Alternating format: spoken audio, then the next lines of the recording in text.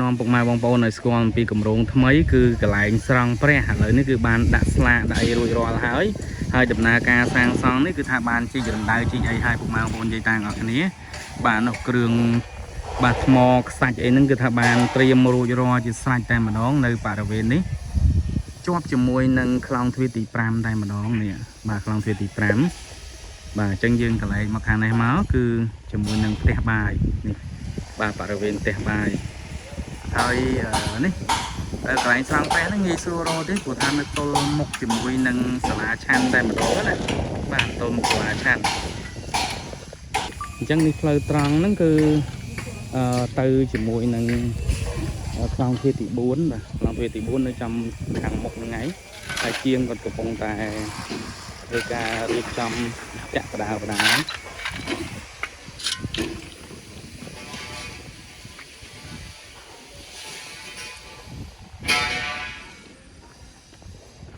ាទដឹក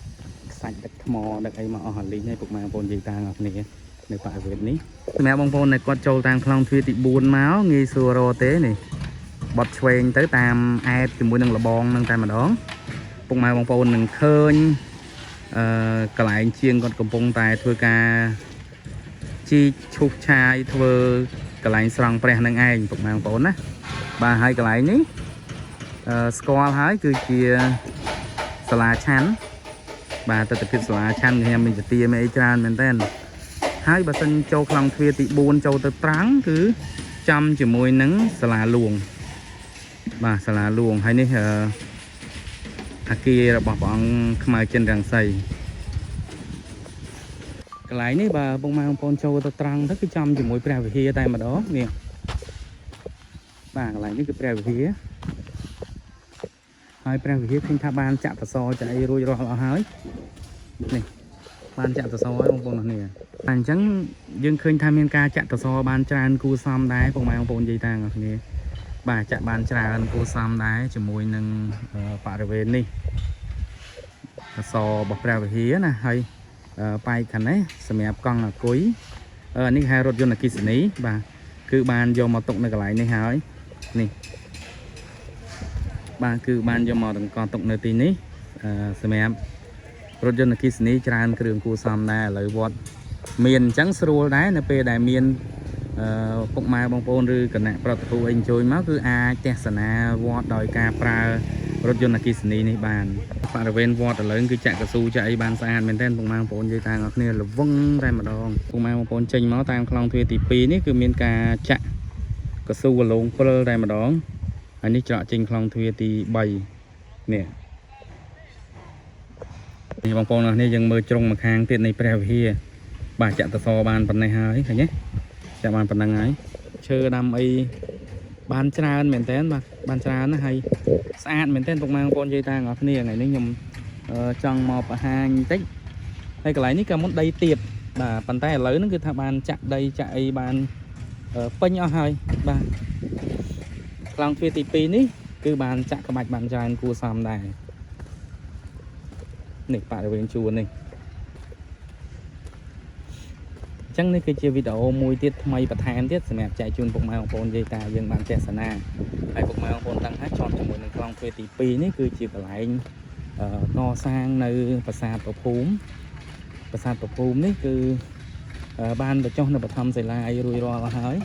ប៉ុន្តែនៅឡើយគឺមិនទាន់បានសាងសង់ទេបាទនេះកន្លែងបញ្ចុះនៅបឋមសិលានេះអញ្ចឹងកន្លែងនេះក៏ចាក់ដីបានច្រើនដែរហើយនេះបានបុកគ្រឹះរួចហើយនេះបាទអញ្ចឹងកន្លែងនេះតូចល្មមដែរទេប៉ុន្តែឃើញថាមានការបុកគ្រឹះដែរបាទបុកគ្រឹះដែរហើយនោះគឺរូបប្រាសាទព្រះភូមិហើយផ្លូវនេះទៅខាងចេតិយបាទនោះជាងគាត់កំពុងសាងសង់នោះបាទអញ្ចឹងបរិវេណថ្ងៃនេះ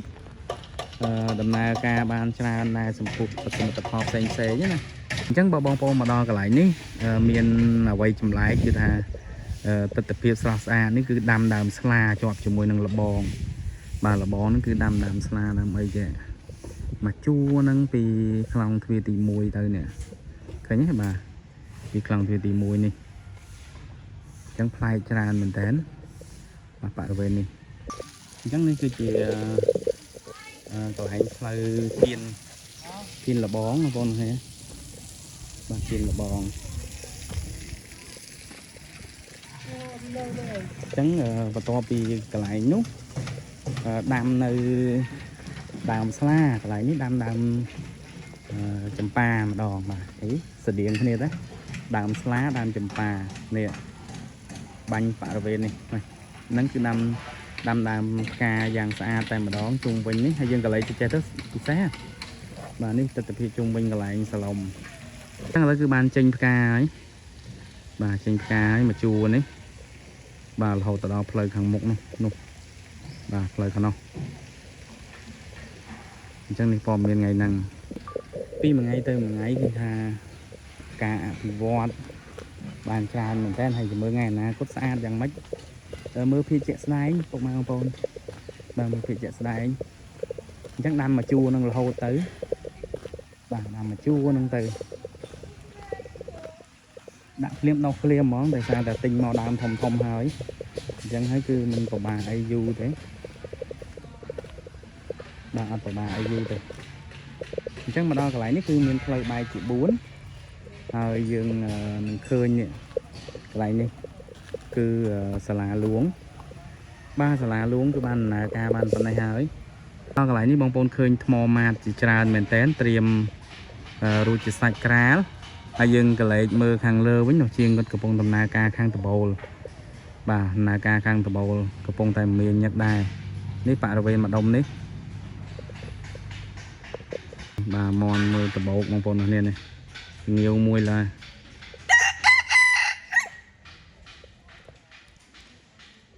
mấy chuyện mà nhiều mấy chuyện mà má mòn là nhiều cả lại nào mong con cùng ai tầm mơ trận tích lại sang sang nơi xà lá luống sang sắn của bạn ấyនេះខ្ញុំយករកបានច្រើនមែនតើខាងដបូល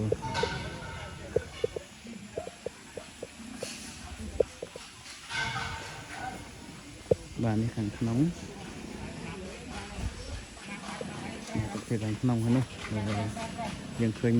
រូបមន់រូបអីស្រស់ស្អាតមែនតើទៅប្រភេទទៅនោះនេះទៅដល់មកអាស្រមហើយបងប្អូនគ្នាបាទមកអាស្រមនេះឃើញពុកម៉ែបងប្អូនឃើញរូបមន់ធំតែម្ដងពុកម៉ែបងប្អូននិយាយតាបងប្អូនគ្នាបាទរូបមន់ធំណាស់នៅឯមុខនឹងតែម្ដងចឹងថ្ងៃមុនពុកម៉ែបងប្អូនបានឃើញហើយបាទវីដេអូបានខ្ញុំបានបង្ហាញដែរអំពីការថ្ងៃយកមន់យកមកប្រគេនធំល្អណាបងប្អូននេះឃើញទេបាទស្ដាច់មន់តែម្ដងណាមើលបាទនេះទាំងពីរនេះមើលទៅស្អាតមែនតើអញ្ចឹងនៅមុខអាស្រមរបស់លើសួងផ្ទាល់តែម្ដងកន្លែងនេះ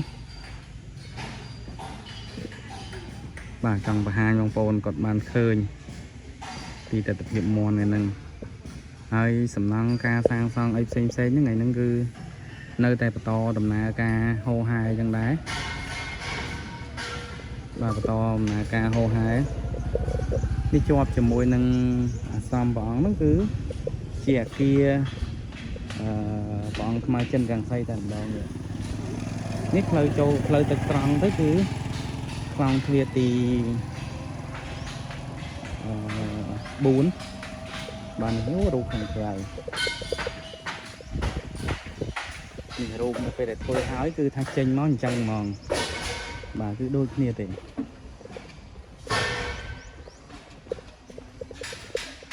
បាទចេញមកគឺដូចជាមួយនឹងរូបនឹងសតែម្ដងបាទនេះមុខមិញដើរមកជុំហ្នឹងឥឡូវមកដល់វិញហើយកន្លែងនេះ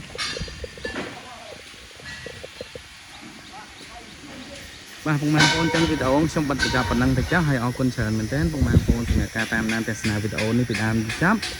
សម្រាប់ពុកម៉ែបងប្អូនចង់ទទួលបានវីដេអូថ្មីៗកុំភ្លេច Subscribe Channel YouTube ម្នាក់មួយបាទអរគុណច្រើនជំរាបលា